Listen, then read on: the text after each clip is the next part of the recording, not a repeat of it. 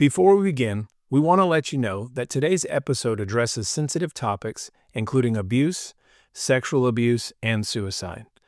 These are difficult subjects, and we discuss them openly and honestly.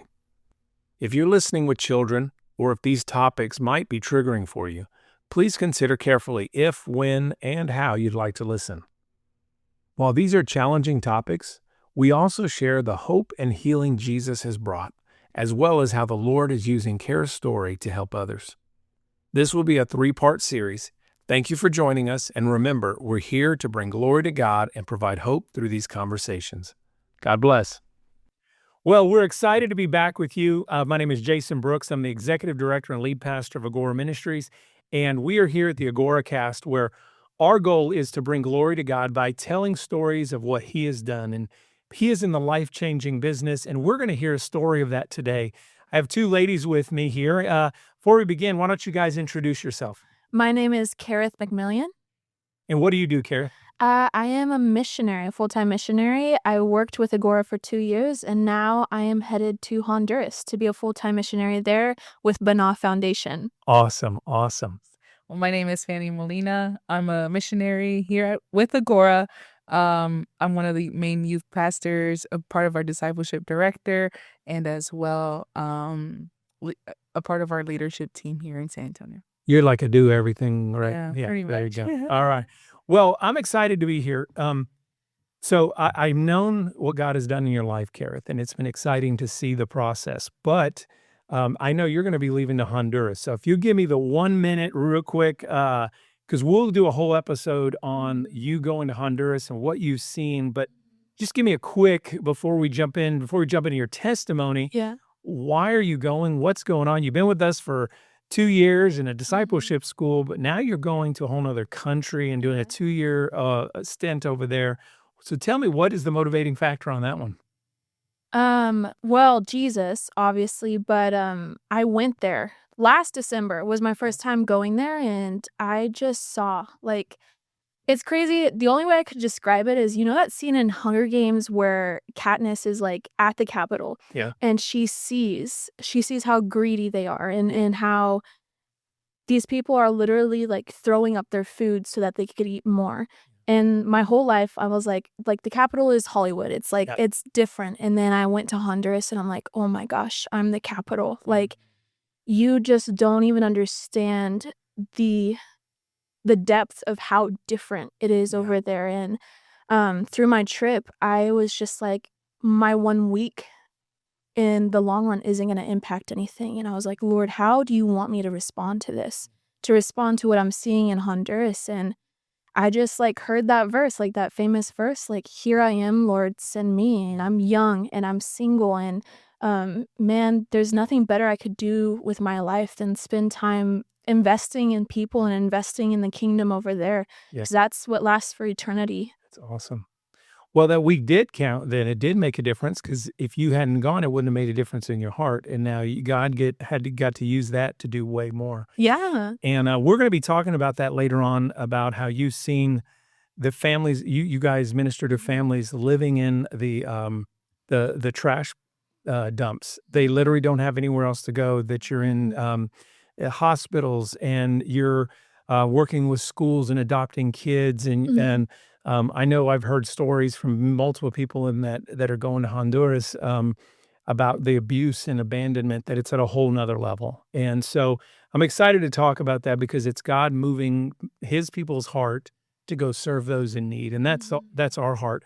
But I want to start with your testimony, because you have a crazy testimony. Let's just be, it's a little different than the norm, okay? And I mean that in a blessing, in the sense of God could do awesome things, but I think that story needs to be told. So, okay, my first meeting you come on a mission trip. Misty and I met you. You came on the mission trip with CBC, just a group, Community Bible Church here in San Antonio. You came, it was an awesome trip. And then you gave a testimony on one night, and I was like, no, I would have never guessed that. You know what I'm saying? That was different. And then God has just moved since, and we'll talk about that. But help me understand. Tell me where you were at right before you came to that CBC mission trip at AGORA. Where were you at in life? What was going on? Right before I went on the trip, I was actually saved a few months prior. Okay. And I was radically saved. Before I was saved, I was actually agoraphobic, which is really funny. We're going please, yeah. God is funny. But agoraphobia is basically you're afraid of the outside world. And because of my past and trauma that happened in my childhood, I literally could not get out of bed. And so I was rotting literally in bed for a year and a half. And I was in this place mentally where I just didn't want to exist. I believed in God. I had a background in church, but my worst fear was living forever. It didn't matter if it was heaven, it didn't matter if it was hell. I was stuck in my own mind, and I hated who I was. And in bed I wouldn't get up. I wouldn't shower, I wouldn't look at myself in the mirror, I wouldn't brush my teeth, because I did not feel valuable. I didn't feel I was worthy to do any of those things. And it got to a point where my muscles had atrophied and I could not stand up for 10 minutes. I was just in bed all day, and I would just read dark things all day long or sleep like 15 hours a day because I just didn't want to be there. Yeah. I didn't want to be awake. I didn't want to be in my own mind. And my worst fear was living with myself forever. And so through that, my mom was actually attending a local church. I was living in Dallas at the time. Real quick, help me understand that state that you're in. You're talking about just living in darkness and living in hopelessness and living in worthlessness, feeling like you're worthless. But did you always feel that way? And then it just accelerated?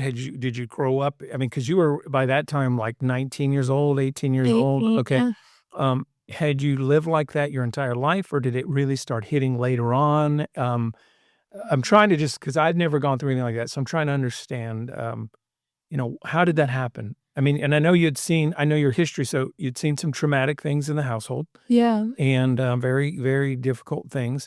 And so did some of that trigger you? Did you just, again, did it compound, or, how did you get there? It definitely compounded. I don't think you can just go hot and cold. Like, my early childhood was very normal to me. I would say, like, 9 years old and below, I was actually, like, normal, like, pretty happy. I didn't understand what was going on around me. And 9 years old is when my parents split up, and my dad actually filed for divorce for my mother on my brother's birthday. And he, prior to that, had been, like, taking photos of bruises that me and my family members had, and going around to our neighbors and, asking them to corroborate his story that my mother was crazy. And I still didn't understand that at 9 years old, but the separation happened, a lot of court battles, and I was separated between my mother and my father. And my father had an apartment that me and my 3 siblings would go to.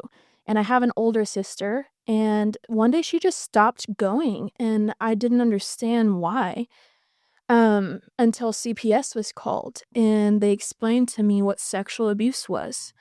And, like, that's the moment that I just realized, like, the foundation of my life. Like, I believed my father loved me. He was a leader in the church, and, um there were times he did express love to me, but I learned what abuse was, and I learned what alcoholism was, and I learned all the things that he had done that I thought were normal and I thought were truth. They were my foundation of life, and it just came crumbling out from under me. Yeah.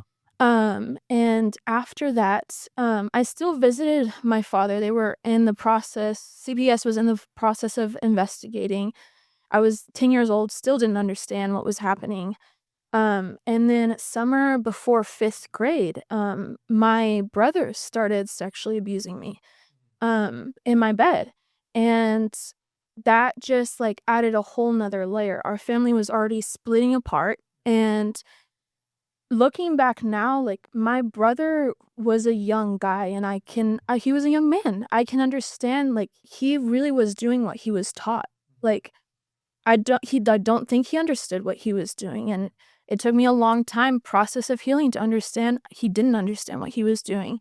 And it hurt me anyway. And my family just broke apart vastly after that. My brother went to live with my dad, and I never saw my dad really after that.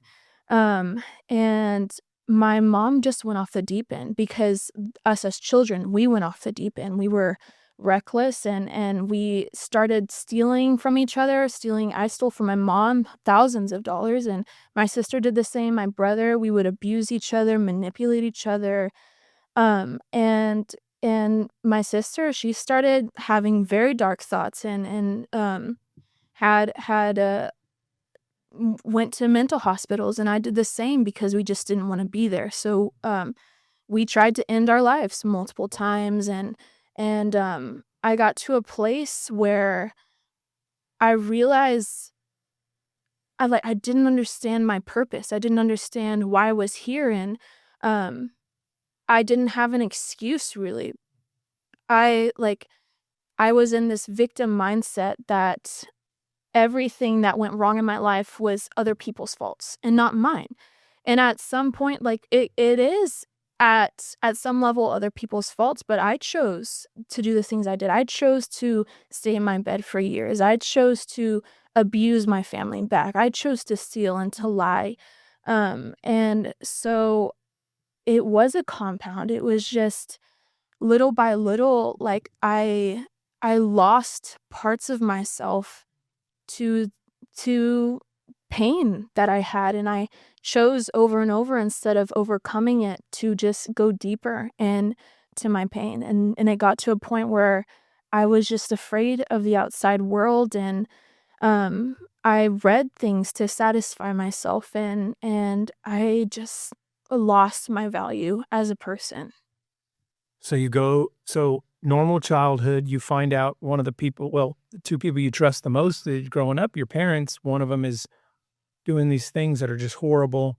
It then just starts, once you find out, it gets magnified by other experiences and their trauma and your trauma, and everybody's together, and it just gets worse. And your coping mechanism was staying away from everybody, living in darkness and living in pain and separation. And then what happened? And then, okay, so I was born and raised in San Antonio, and I actually moved to Dallas upon my counselor's request. He was like, "You need to get Cherith out of here, out of this house, out of this place." And so I moved to Dallas with my mother. My grandmother had had a stroke at the time, and so it worked out. We could take care of her, or my mother could take care of her, and I would like have a different place. But nothing was changing. I stayed in bed. I stayed in bed all day. And it was killing my mother. Like, just to see her child, like, Go through this pain, this grief, this hurt, this yes, loneliness. Yeah. and there was nothing she could do about it. There was nothing she could do about it. And she went to a local church at the time, and she spoke to the pastor, to the youth pastor, and the youth pastor was like, "I think you should invite your daughter to church." So my mother came home and she said, "You should go to Wednesday night church." And at that time, I was thinking a lot about my life. Like, I knew that this was it. Like, I was at rock bottom. I had dropped out of school, didn't have a job, didn't have a license, was 18, hadn't finished the 9th grade, and I could not get up. I couldn't get up. And I was like, this is going to be the rest of my life until I die if nothing changes. And my body was rotting away. And I think it really was God. Like, I thought really hard about what I believed and why I believed what I believed, and what choices got me to where I was to be sitting in bed all day. And I would spend hours a day just thinking about that. And then my mom came home and invited me at just the perfect time. Yeah. And I was like, okay, I'm going to go. Oh, yeah. You know what? I'm going to go. And so I got out of bed and I showered for the first time in about 2 months. And my mother spent 6 hours brushing up my hair. It was in mats. I hadn't brushed it in 2 months. And she took out a third of it because it was so tangled. And I got ready for the first time in months and went to church. I couldn't stand. Yeah. I was just sitting there and worshiping and like taking it all in. And it was hard for me. I grew up in church. Like, a lot of my pain came from a leader in the church. And I had so many preconceptions and lies in my mind because of the pain I had from the person I should have been able to trust, And that night, the message was about who God was as a father.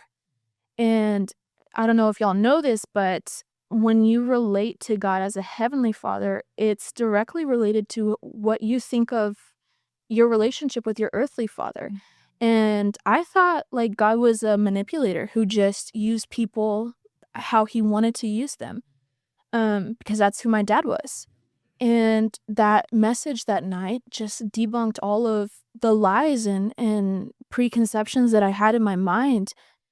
And I said, God, if this is who you are, then I want it. I've got nothing else. Like, there's nothing else for me. I got nothing. And so I was like, okay, like, I accepted Jesus as my savior.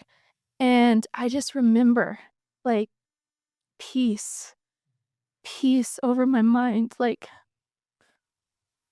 I felt restless my whole life. I didn't feel like I could ever rest in my mind. It was always chaotic and against me, and all these thoughts in my head that I just wanted to sleep the day away because I didn't want to be awake. And I just remember it like it was gone. Like, I had peace and the joy of the Lord. And I knew, like, in that moment, like, how much God had mourned for me. And I knew how he felt about me. And I felt love. And so, sorry.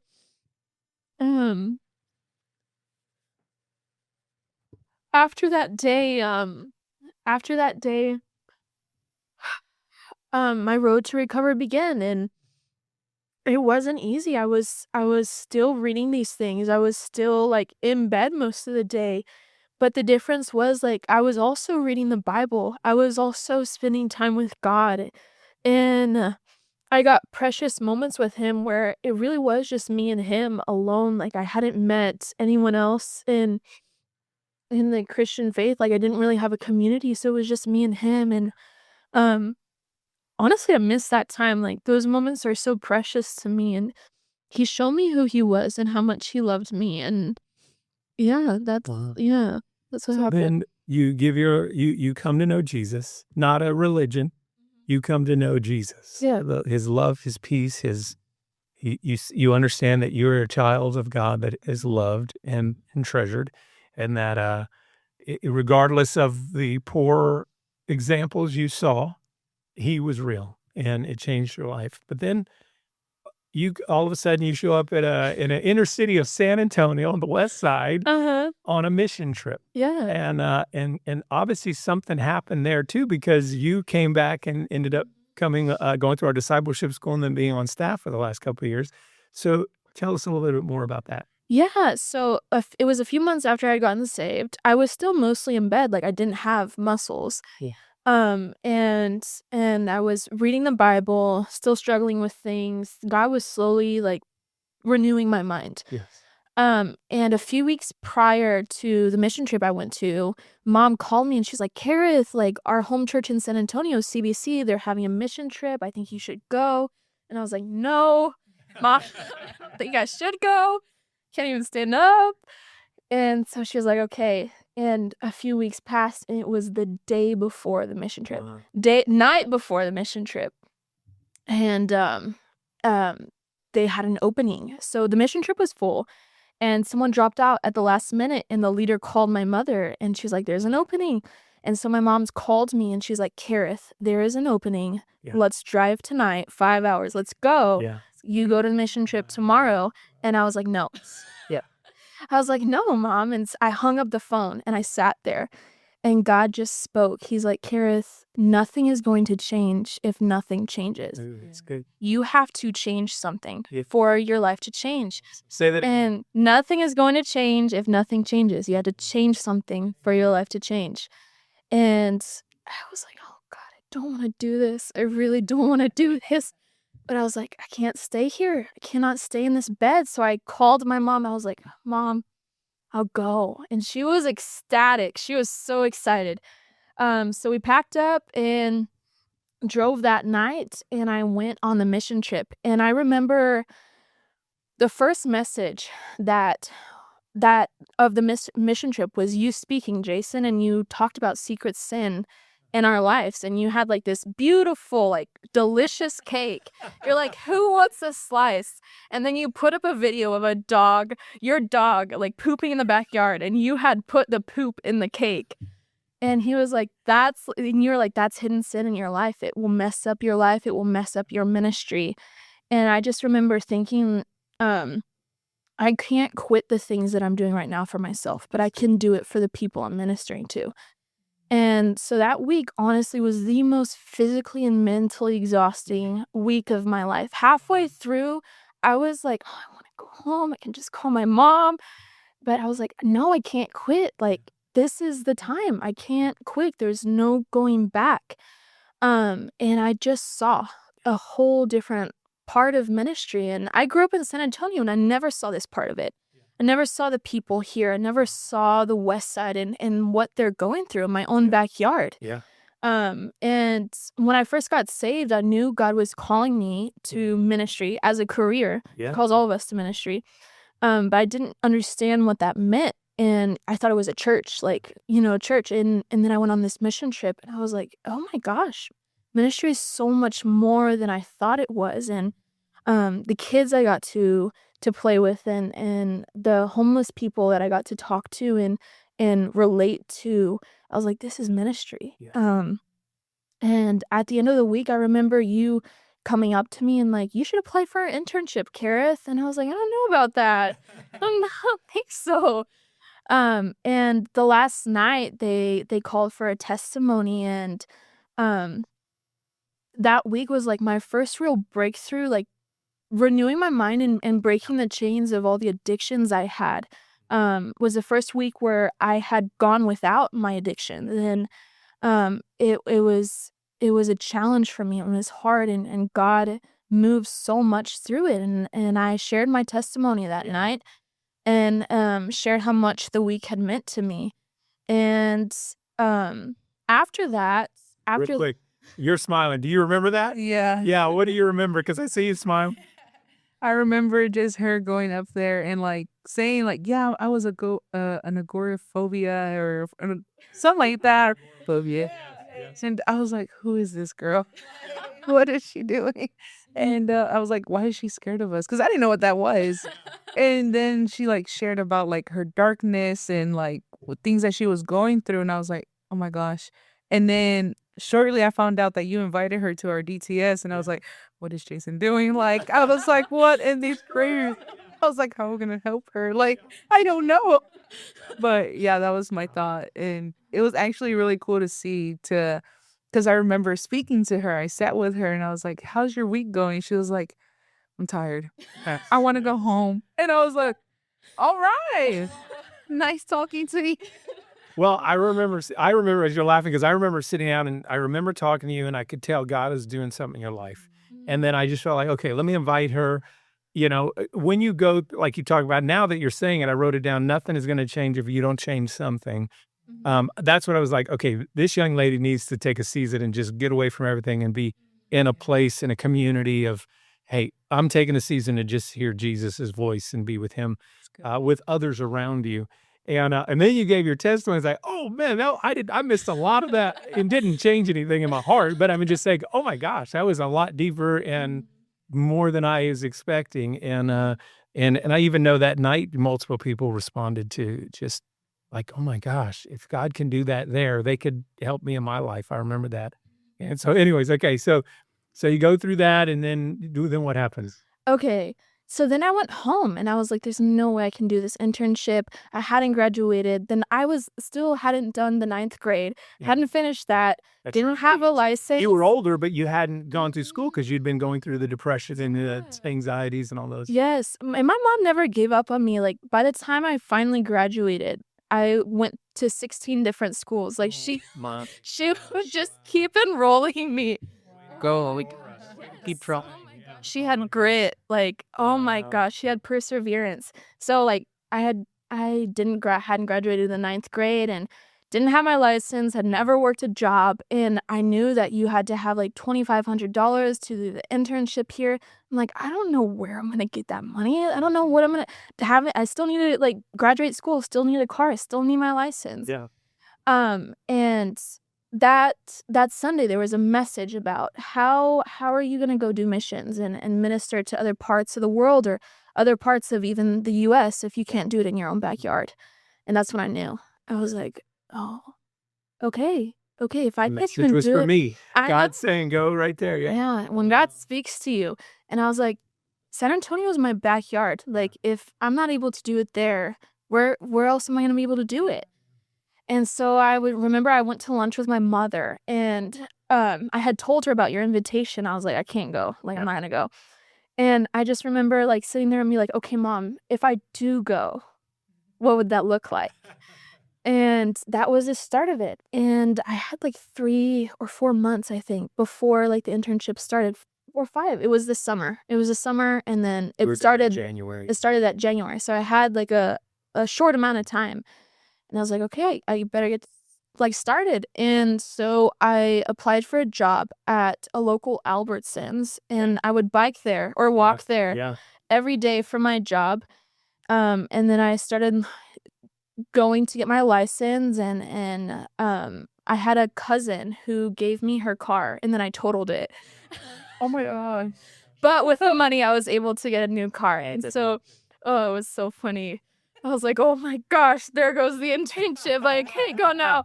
But I got a new car, and it was amazing. But yeah, like, it's crazy because through my job at Albertsons, I was like working in the deli. I was a vegetarian, serving other people meat. It was so funny. But I got to like talk and pray for the people there. Like, I just remember being so a young Christian. I'm like, I don't know what to do with this, Yeah. but I just shared like my testimony, what I'd gone through. I got to pray for my coworkers, got to pray for my boss. And at the end of it, he knew I was going to the internship, and he was like, Cherith, you always have a place here. Like, you can work here whenever you want. And I was like, that's God. That's God. It kind of returned value to myself. Like, Yeah.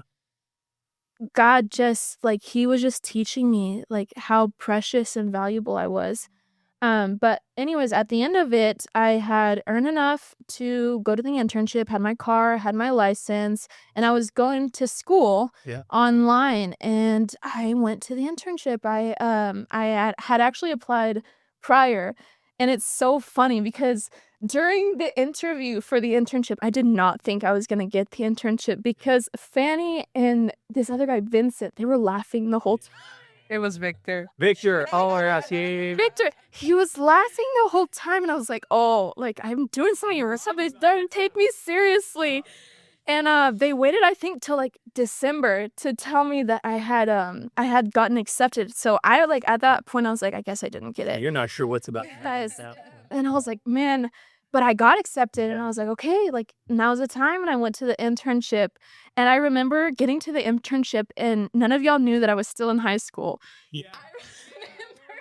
All of y'all were like, I don't think y'all would have accepted me if y'all knew. Actually, we're old. We got to 18, and we knew, your parents are going to let you come, and but you signed for yourself, so we didn't. And then we found out, we're like, oh my God.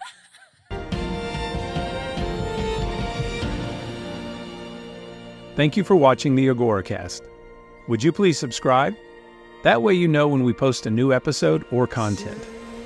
Please leave me a comment. Let me know what spoke to you in the podcast, or if you have a prayer request. And if you'd like to support the ministry financially, you can scan the QR code or click the Give button now and help us continue to serve the poor and those in need for our Lord Jesus. Thank you.